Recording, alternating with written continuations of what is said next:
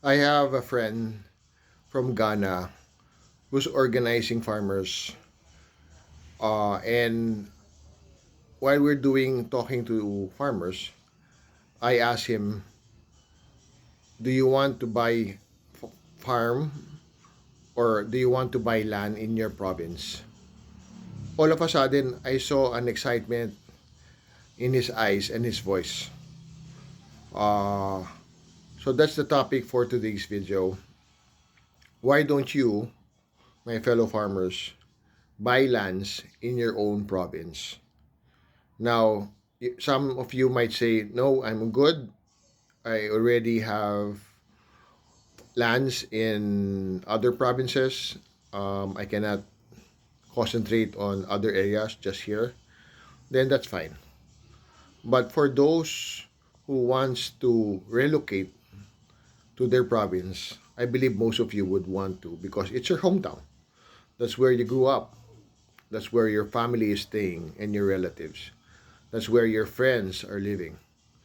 Now, it's not just farming, it's not just profit if you buy land in your province, but also you're leaving a legacy to you, your your children and your grandchildren.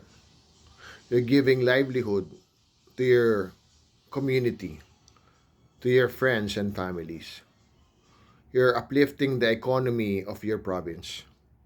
So you not only you're helping yourself and your family, but also the community and particularly the country.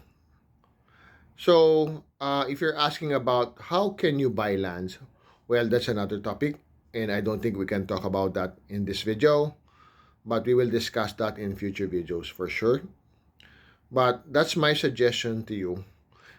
It's nice to buy lands in other provinces, but it's more rewarding if you buy land in your own hometown where you grew up, where you came from.